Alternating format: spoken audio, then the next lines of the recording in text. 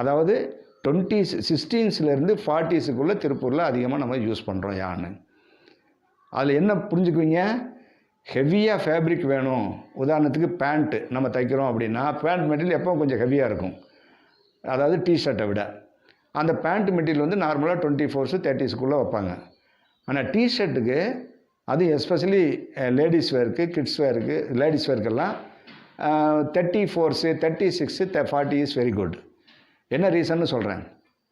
ரொம்ப ஹெவியாக டிஷர்ட் போட்டிங்கன்னா அது ஷொட்டிங்கில் நனைஞ்சி ஹோல் வெயிட் அதிகமாகி உங்கள் ஷோல்டரில் வரும். அந்த ஷோல்டர் பெயின் எடுக்கும். நாள் ஆக ஆக டிஷர்ட் போட்டிங்கன்னா பெயின் எடுக்கும். உங்களுக்கே தெரியாது எதனால் பெயின் வருதுன்ட்டு. ரொம்ப ஹெவியான டிஷர்ட் என்றைக்கும் போடாதீங்க.